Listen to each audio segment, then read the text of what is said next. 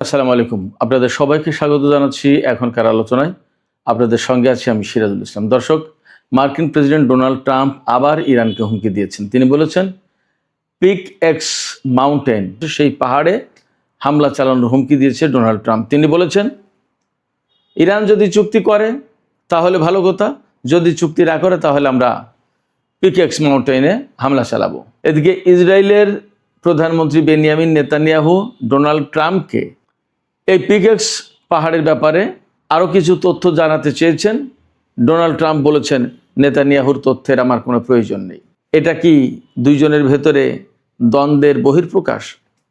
এদিকে ইরানের সামরিক বাহিনীর যৌথ কমান্ড বলেছে, যে সমস্ত দেশ মার্কিন প্রস্তাব লুফে নেবে এবং জাহাজের ক্ষতিপূরণ বাবদ ইরানি সম্পদ কাজে লাগাবে, সেই সমস্ত দেশের জাহাজকে হরমুজ প্রণালী দিয়ে চলতে দেয়া হবে না। এদিকে জাপান ইরানের প্রতি আহ্বান জানিয়ে বলেছে, বাব আল মানদেব প্রণালীতে ইয়েমেনের হুতি সমর্থিত সরকার বা সেনাবাহিনী যা করছে সেই ব্যাপারে ইরানের উচিত তাদেরকে বিরত রাখা। তুরস্ক নাকি চীন থেকে J-10C যুদ্ধ বিমান কিনবে এবং সেই টাকা পরিশোধ করবে ইউয়ানে, ডলার ব্যবহার করবে না। খবরটা যদি সত্য হয় তাহলে কিন্তু খুবই তাৎপর্যপূর্ণ। সুপ্রিয় দর্শক, আমি এই সমস্ত বিষয় নিয়েই এখন বিস্তারিত আলোচনা করার চেষ্টা করব। আশা করি প্রত্যেকটা বিষয় খুবই গুরুত্বপূর্ণ এবং আপনারা শেষ পর্যন্ত সঙ্গে থাকবেন। আর যদি ভিডিও ভালো লাগে তাহলে লাইক, কমেন্ট, শেয়ার করবেন এবং চ্যানেলটি সাবস্ক্রাইব করে সাথেই থাকবেন। প্রথমে যে বিষয়টি আমি উল্লেখ করেছি সেটি হচ্ছে, মার্কিন প্রেসিডেন্ট ডোনাল্ড ট্রাম্প এবার সরাসরি হুমকি দিয়েছেন। তিনি বলেছেন, যদি ইরান চুক্তি না করে তাহলে ইরানের যে পিক এক্স মাউন্টেন আছে সেই মাউন্টেনে, অর্থাৎ সেই পাহাড়ে আমেরিকা হামলা চালাবে। তিনি শুধু এই পাহাড়েই হামলা চালাতে চাননি, আরও হুমকি দিয়েছেন। তিনি বলেছেন, ইরানের সমস্ত ব্রিজ 1 ঘন্টার ভিতরে আমেরিকা ধ্বংস করে দিতে পারে, আর ইরানের যে সারা দেশে বিদ্যুৎ কেন্দ্র রয়েছে তা 1 দিনের ভিতরে শেষ করে দিতে পারে। এই সমস্ত হুমকি কোথায় দিচ্ছেন তিনি? মার্কিন ফক্স নিউজকে দেয়া সাক্ষাৎকারে ডোনাল্ড ট্রাম্প এই সমস্ত কথা বলেছেন। কেন এই সমস্ত কথা বলছেন তিনি? তাকে জিজ্ঞেস করা হয়েছিল, ইসরায়েলের প্রধানমন্ত্রী বেনিয়ামিন নেতানিয়াহু আমেরিকা সফরে এসেছেন। ফক্স নিউজের সাংবাদিক তাকে জিজ্ঞেস করছেন, যেহেতু সবই আমেরিকার, এই জন্য এসেছেন বলছি। তো নেতানিয়াহু আপনাকে ইরানের পিকেক্স পাহাড় সম্পর্কে কিছু তথ্য জানাবেন, এ বিষয়টাকে আপনি কিভাবে দেখেন বা কি ভাবছেন, কি বলবেন? তখন তিনি সরাসরি বলেছেন, নেতানিয়াহুর কোনো তথ্যের আমার প্রয়োজন নেই, অর্থাৎ তাকে তথ্য দেওয়া লাগবে না। তারপরে তিনি বলেছেন যে নেতানিয়াহু এগুলো কেন বলছেন? এগুলো বলতে চান এই জন্য যাতে আমি তার সাথে থাকি, আমি তার সাথে সবসময় যুক্ত থাকি। এই যুক্ত থাকা মানে দুটো বিষয় হতে পারে। সামনে এই যে অক্টোবর বা সেপ্টেম্বরে ইসরায়েলে নির্বাচন, সেই নির্বাচনে নেতানিয়াহু হেরে যেতে পারেন, যথেষ্ট সম্ভাবনা আছে। এই নির্বাচনে ডোনাল্ড ট্রাম্প তার পাশে থাকুক, নেতানিয়াহু এই কৌশল করছে। ডোনাল্ড ট্রাম্প হয়তো এই কথা বলেছেন যে নেতানিয়াহু চাই যে আমি তার পাশে থাকি, এই নির্বাচনের কথা বলতে পারেন। অথবা এমন হতে পারে, ইসরায়েলের সাথে যে ইরানের দ্বন্দ্ব, সেই দ্বন্দ্বে মার্কিন প্রেসিডেন্ট ইসরায়েলের প্রধানমন্ত্রী বা ইসরায়েলের পাশে থাকুন, হয়তো এটাও মিন করতে পারেন। কিন্তু তিনি যে কথা বলেছেন যে নেতানিয়াহুর তথ্যের দরকার নেই, ইনফরমেশন তার কাছ থেকে নেওয়া লাগবে না, গোয়েন্দা তথ্য যে তিনি যেটা দিতে চাচ্ছেন এগুলো আমার দেওয়া লাগবে না, এটার মানে কিন্তু অন্য একটা জিনিস। এটার মানে হচ্ছে ডোনাল্ড ট্রাম্প ইনসাল্ট ফিল করেন, আরে ইসরায়েলের লোকজন আমাকে বারবার গোয়েন্দা তথ্য দেয়, কেন আমাদের গোয়েন্দা তথ্য নেই? ভাবটা এরকম যে ইসরায়েলের প্রধানমন্ত্রীর কাছ থেকে গোয়েন্দা তথ্য নিতে হবে আমার। এবং তিনি এখানে একরকম বিরক্তি প্রকাশ করেছেন। বিরক্তি প্রকাশ করে তিনি বলেছেন যে আমি যদি আজকে প্রেসিডেন্ট না থাকতাম তাহলে নেতানিয়াহু কোনো মতেই টিকতে পারতেন না এবং ইসরায়েলের অস্তিত্ব থাকতো না। কেন বলছেন? অনেকগুলো কারণে। নেতানিয়াহু যে সমস্ত দুর্নীতির মামলায় জর্জরিত বা যে সমস্ত সংকট আছে দেশের ভেতরে, অভ্যন্তরীণ রাজনীতিতে তো তাদের টানাপোড়েন আছে, সেই জায়গায় ডোনাল্ড ট্রাম্প সরাসরি হস্তক্ষেপ করেছে নেতানিয়াহুর পক্ষে, এটা একটা দিক। আর একটা দিক হচ্ছে যে এই যে ইরানের সাথে ইসরায়েলের যে যুদ্ধ, আমেরিকা যদি না থাকতো তাহলে ইরান এতদিন ইসরায়েলকে অস্তিত্বহীন করে দিত, মোটামুটিভাবে এটা বলা যায়। ইরান বলেও আমেরিকা যদি ইসরায়েলের পাশে না থাকে তো ইসরায়েল এক সপ্তাহ টিকবে না। তো সেই জায়গা থেকে ডোনাল্ড ট্রাম্প বিরক্ত হন। নেতানিয়াহু যখন বলল যে আমার কাছে এই গোয়েন্দা তথ্য আছে, আপনি এই কাজ করুন, তখন উনি বিরক্ত হন যে আমার গোয়েন্দা তথ্য কি খুব দুর্বল নাকি, আমাদের দেশের গোয়েন্দা সংস্থা?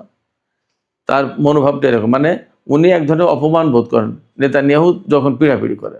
ডোনাল্ড ট্রাম্প আরও বলেছেন ইরান যদি চুক্তি না করে তাহলে ওই পিকেক্স মাউন্টেন একদম ধ্বংস করে দেওয়া হবে। আমেরিকা বা ইসরায়েল বলছে যে ওই পিকেক্স পাহাড়ে ইরানের সমৃদ্ধ ইউরেনিয়াম রয়েছে এবং সেখানে ইরান গোপনে পরমাণু বোমা বানানোর চেষ্টা করছে। আমি একদিন পিকেক্স পাহাড় নিয়ে বলেছিলাম, এই পাহাড়ের 600 মিটার গভীরে ইরানের পরমাণু স্থাপনা আছে এমন তথ্য পাওয়া যায়। ইরান সম্ভবত এমন কথাও বলেছে যে এটা নিতান্তই তাদের বানানো খবর। সেই পিকেক্স পাহাড়ে ইরানের পরমাণু কর্মসূচি থাকুক বা না থাকুক, ডোনাল্ড ট্রাম্প একদম সুনির্দিষ্ট লক্ষ্যবস্তু ধরে নিয়েছে এবং সেই পাহাড়ে হামলার কথা বলেছে।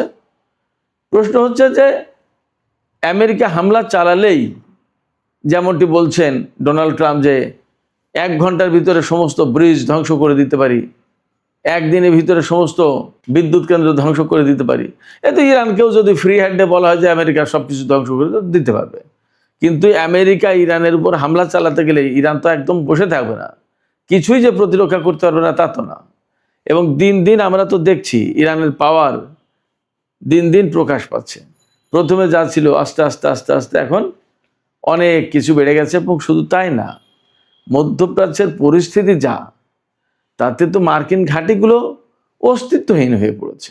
সেক্ষেত্রে ডোনাল্ড ট্রাম্প হুমকি দিলেই ইরান যে সেই হুমকিতে পড়ে যাচ্ছে, ইরান সে ব্যাপারে ভয় পাবে, ব্যাপারটা এমন না। বরং কি হবে, এখন আন্তর্জাতিক অঙ্গন থেকে কিন্তু ব্যাপক চেষ্টা চলছে ইরান এবং আমেরিকার মধ্যে নতুন করে কূটনৈতিক আলোচনা শুরু করা এবং ইসলামাবাদ যে সমঝোতা স্মারক সই হয়েছিল ওর ভিত্তিতে আবার আলোচনায় ফেরা এবং চূড়ান্ত চুক্তির ব্যবস্থা করা। কিন্তু ফ্যাক্ট হচ্ছে যে ইরান সম্ভবত এবার আর যাবে না এইভাবে, কারণ বিশ্বের কারোর মুখ নেই ইরানকে বলার এই কথা, হ্যাঁ আমরা গ্যারান্টি দিচ্ছি আমেরিকা চুক্তি মানবে এবং আলোচনা স্বাভাবিকভাবে এগিয়ে নেবে। বরং ইরান যে কথা বলছে যে আমরা পরিষ্কার দেখতে পাচ্ছি যখনই তেলের দাম বেড়ে যায় তখনই আমেরিকা আলোচনায় বসার কথা বলে, ডিপ্লোম্যাটিক প্রসেসের কথা বলে। এখন $100 উপরে তেলের দাম চলে যাওয়ার কারণে তারা আবার এই যুদ্ধবিরতি দিয়েছে এবং নিজেরাই কারোর সাথে কোনো কথা না বলে তারাই নিজেরাই চুপ, এবং তারা এখন আলোচনার কথা বলছে নানান কথা। কিন্তু ইরান এই চুক্তির দিকে আর যাবে কিনা সন্দেহ আছে। ইরান বলছে যে আমরা তো তাদেরকে চিনি, তারা এখন এই কথা বলছে, কিন্তু যখন একটু বেটার হবে অমনি তারা আবার আমাদের বিরুদ্ধে যুদ্ধ শুরু করবে। ইরান এটাও বলছে, অনেকে প্রশ্ন করছে যে কেন ইরান থেমে গেল, আমেরিকা থেমেছে বুঝলাম, কিন্তু ইরান কেন থামলো? ইরান বলছে যে আমরা কোনো আগ্রাসী দেশ না, এটা পরিষ্কার। এই মেসেজ আমরা বিশ্ববাসীর কাছে দিতে চাই। 1, 2 হচ্ছে আমেরিকা যখন যুদ্ধ শুরু করেছে তখন আমরা শুধু যুদ্ধ শুরু করেছি, আর যখন তারা থেমেছে আমরাও তখন থেমেছি। আমরা অহেতুক আগ বাড়িয়ে আরও বেশি যুদ্ধ করতে চাইছি না। এটা সারা বিশ্বের মানুষ পরিষ্কার দেখুক, বুঝুক, যাতে কেউ না বলতে পারে আমেরিকা থেমে গেলেও আমরা থামিনি, আমরা হামলা চালিয়ে গেছি, এই দোষ যাতে কেউ না দিতে পারে। আর আমেরিকা যদি নতুন করে যুদ্ধ শুরু করে ইরানও যুদ্ধ শুরু করবে, সে কথা কিন্তু একদম পরিষ্কার বলেছে। এদিকে মার্কিন প্রেসিডেন্ট ডোনাল্ড ট্রাম্প গত 2-3 দিন আগে একটা বক্তব্য দিয়েছেন।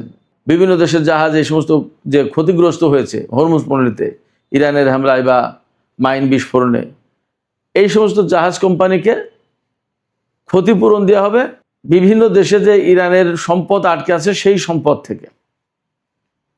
ইরানের জবাবে বলেছে আজকে ইরানের সামরিক বাহিনীর যৌথ কমান্ড, এইটা আজকে পরিষ্কার করে বলেছে আমেরিকা যদি এই কাজ করে, অর্থাৎ ইরানের সম্পদ আটকে থাকা সম্পদ নিয়ে কোনো দেশের জাহাজকে বা জাহাজ কোম্পানিকে বা কোনো দেশকে যদি ক্ষতিপূরণ দেওয়ার চেষ্টা করে এবং যদি এই অর্থ কোনো জাহাজ কোম্পানি, জাহাজের মালিক বা কোনো দেশ এই অর্থ গ্রহণ করে, তাহলে সেই দেশের কোনো জাহাজ হরমুজ প্রণালীতে চলাচল করতে দেয়া হবে না। এখন আমেরিকার দেয়া অর্থ কোনো দেশ গ্রহণ করবে কি করবে না সেটা তাদের ব্যাপার। তবে ইরান যে শক্ত অবস্থানে গেছে এটা মোটামুটি বেশ পরিষ্কার। হরমুজ প্রণালী এবং তেলের দাম নিয়ে যখন কথা আসলোই, তখন আমি আপনাদেরকে তেলের বাজার সম্পর্কে একটু আপডেট দিই। আজকে আন্তর্জাতিক বাজারে এই কিছুক্ষণ আগের খবর ছিল যে ব্রেন্ট ক্রুড অয়েল দাম কমেছে, দাম কমে এখন $84.03 প্রতি ব্যারেল বিক্রি হচ্ছে। আর ওয়েস্ট টেক্সাস ইন্টারমিডিয়েট যেটা, সেটা বিক্রি হচ্ছে প্রতি ব্যারেল $81.20। তার মানে তেলের দাম বেশ কমেছে। এই তেলের দাম কিন্তু 4-5 দিন আগে $100 চলে গিয়েছিল। আপনারা সবাই জানেন, আমি আগেই বলেছি, নেতানিয়াহু অর্থাৎ ইসরায়েলের প্রধানমন্ত্রী নেতানিয়াহু আমেরিকা সফরে গেছে আজকে, অর্থাৎ এখানে আমাদের যখন মঙ্গলবার রাত, তখন আমেরিকায় মঙ্গলবার দিন সকাল 11টায় হোয়াইট হাউসে ডোনাল্ড ট্রাম্পের সাথে আমেরিকান টাইম বলছি নেতানিয়াহু বৈঠকে বসবেন। মজার ব্যাপার হচ্ছে ওই বৈঠকে ভাইস প্রেসিডেন্ট জেডি ভ্যান্স উপস্থিত থাকবেন। আমার কাছে যেটা মনে হচ্ছে, জেডি ভ্যান্স উপস্থিত থাকার মূল কারণ হচ্ছে সেখানে যাতে নেতানিয়াহু প্রেসিডেন্ট ডোনাল্ড ট্রাম্পকে বিভ্রান্ত করতে না পারেন যুদ্ধ শুরু করার ব্যাপারে, এই জন্য জেডি ভ্যান্স সেখানে উপস্থিত থাকবেন। কারণ গত শুক্রবার হোয়াইট হাউসে যে বৈঠকে বসেছিলেন ডোনাল্ড ট্রাম্প, জেডি ভ্যান্স, মার্কিন সামরিক বাহিনীর চিফস অফ স্টাফের চেয়ারম্যান জেনারেল ড্যান কেইন, যুদ্ধমন্ত্রী পিট হেগসেথ, সম্ভবত পররাষ্ট্রমন্ত্রী মার্কো রুবিও ছিল বা আরও গুরুত্বপূর্ণ ব্যক্তি। সেখানে ডোনাল্ড ট্রাম্প, পিট হেগসেথ তারা কিন্তু যুদ্ধের পক্ষে কথা বলছিল, ইরানের বিরুদ্ধে বড় যুদ্ধ শুরু করতো এটা বলছিল। সেখানে উদ্বেগ প্রকাশ করেছিল এবং বিরোধিতা করেছিল জেডি ভ্যান্স এবং Dan Kane, general Dan Kane. তারা বলেছিল যে এই মুহূর্তে আমাদের হাতে যে সমস্ত অস্ত্রপাতি যে পরিমাণ আছে, এই অবস্থায় ইরানের সাথে যুদ্ধ করলে বিপজ্জনক পরিস্থিতি তৈরি হবে। এরপরে কিন্তু ডোনাল্ড ট্রাম্প যুদ্ধে যাননি, এখন পর্যন্ত আর যুদ্ধ নেই, বরং 3 দিন যুদ্ধ বন্ধ। এই অবস্থায় নেতানিয়াহু এই সফরে যে গেছেন, ব্যাপকভাবে ধারণা করা হচ্ছে তিনি ডোনাল্ড ট্রাম্পকে ইরান সম্পর্কে নানা রকমের কথা বলে আবার উস্কানি দিয়ে যুদ্ধে নামিয়ে দিতে পারেন, যুদ্ধে জড়িয়ে দিতে পারেন, আবার যুদ্ধ শুরু করতে পারেন।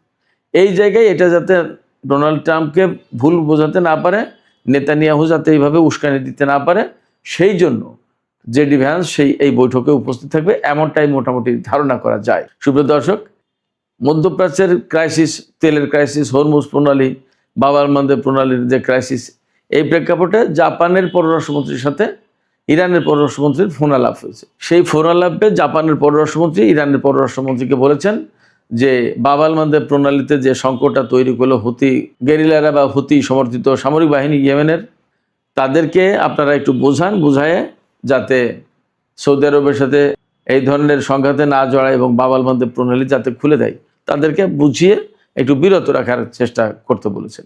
বাট ইরান এখানে খুব একটা তো পজিটিভ রোল প্লে করবে বলে মনে হয় না, অর্থাৎ বাব আল মানদেব প্রণালী খুলে দেওয়ার ব্যাপারে ইরান কিছু বলবে এমনটা মনে হয় না। কারণ হরমুজ প্রণালী আর বাব আল মানদেব প্রণালী যখন আটকে দেওয়া হয়েছে, তখন সারা বিশ্বে খবর হয়ে গেছে এবং মার্কিন প্রেসিডেন্ট ডোনাল্ড ট্রাম্প কিন্তু যুদ্ধ বন্ধ করতে বাধ্য হয়েছে। এই বাব আল মানদেব প্রণালী দিয়ে ইয়েমেনের সাথে যে সৌদি আরবের সংকট আছে, এই সংকটগুলো পরিষ্কার পরিচ্ছন্ন হবে এবং এগুলোর হয়তো একটা অবসান হবে। জাপানের পররাষ্ট্রমন্ত্রী আজকে যখন হুতিরা বাব আল মানদেব প্রণালী আটকে দিয়েছে, তখন তাদেরকে নিয়ন্ত্রণের কথা বলছে ইরানকে।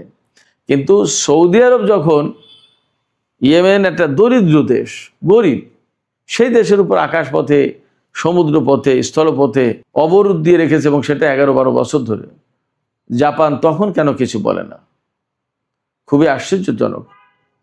অথচ জাপানের মতো অর্থনৈতিক শক্তি, তারা যদি সৌদি আরবকে কিছু বলে, আমেরিকাকে কিছু বলে, তাহলে কিন্তু তার প্রভাব অন্যরকম পড়ে। সুপ্রিয় দর্শক, সবশেষ যে বিষয়টি নিয়ে আলোচনা করতে চাই সেটি হচ্ছে যে তুরস্কের প্রেসিডেন্ট রজব তাইয়িপ এরদোগান নাকি বলেছেন যে তিনি চীন থেকে J-10C যুদ্ধ বিমান কিনবেন এবং এই যুদ্ধ বিমানের যে দাম হবে সেই দাম পরিশোধ করবেন তিনি ইউয়ানে, ডলার ব্যবহার করবেন না। এই খবর এসেছে সামাজিক যোগাযোগ মাধ্যমে। কতগুলো বিমান তিনি কিনবেন এটা পরিষ্কার না, কিন্তু তিনি বলছেন খবরে দাবি করা হচ্ছে যে এই বিমানের যত যা দাম হয় তা সব ডলারে বাদ দিয়ে ইউএনএ পরিশোধ করবেন। তার মানে ডি-ডলারাইজেশনের প্রক্রিয়ায় তুর্কি প্রেসিডেন্ট থাকবেন। কেন তিনি চীনের বিমান কিনতে যাচ্ছেন? আমি যা মনে করি, আমেরিকা যে F-35 দিতে চেয়েছিল আবার দিতে চাইল না, অথচ তুরস্কের কাছ থেকে আমেরিকা টাকা নিয়েছে, তাদের সাথে চুক্তি আছে। সম্ভবত আমেরিকাকে আরেকবার চাপে ফেলো না, একবার চাপে ফেলেছে রাশিয়ার কাছ থেকে S-400 কিনে, এইবার চাপে ফেলবে J-10C কিনে। তুরস্ক আসলে কোন খেলা খেলছে, এরদোগান কোন খেলা খেলছে এখনই বোঝা মুশকিল। ব্যাপারটা যদি এরকম হয় তাহলে মোটামুটি ধরে নিতে হবে যে তুরস্ক আমেরিকাকে আবার একটা পাল্টা কিছু করার চেষ্টা করলো। বাট দেখা যাক কোথায় গিয়ে এর শেষ হয়। সুপ্রিয় দর্শক, এখনকার আলোচনা এখানে শেষ করতে চাইছি। আলোচনা শেষের আগে আমি আপনাদের কাছে জানতে চাই, আপনাদের মতামত কি সেটা বুঝতে চাই। ডোনাল্ড ট্রাম্প যে বললেন নেতানিয়াহুর কোনো ইনফরমেশনের দরকার তার নেই, এর ভেতর দিয়ে কিন্তু একটা ক্ষোভ, নেতানিয়াহুর উপর একটা ক্ষোভ প্রকাশ পাচ্ছে। আপনারা কি তাই মনে করেন নাকি এটা একটা কৌশল? আবার হোয়াইট হাউসে ট্রাম্পের সাথে নেতানিয়াহুর যে বৈঠক হবে সেই বৈঠকে জেডি ভ্যান্স উপস্থিত থাকবেন। এর কারণ কি? নেতানিয়াহু যাতে ট্রাম্পকে ভুল বোঝাতে না পারেন এই জন্য, নাকি বৈঠকে আলোচনা আরও সুন্দরভাবে এগিয়ে যেতে যায়, ডোনাল্ড ট্রাম্প এবং নেতানিয়াহুর মধ্যকার যাতে দ্বন্দ্ব নিরসন হয় সেই চেষ্টা করবেন জেডি ভ্যান্স? আপনাদের কি মনে হয়? আপনাদের মতামত কমেন্টে জানাতে পারেন। আর ভিডিও ভালো লাগলে লাইক কমেন্ট শেয়ার করবেন এবং চ্যানেলটি সাবস্ক্রাইব করে সাথেই থাকবেন।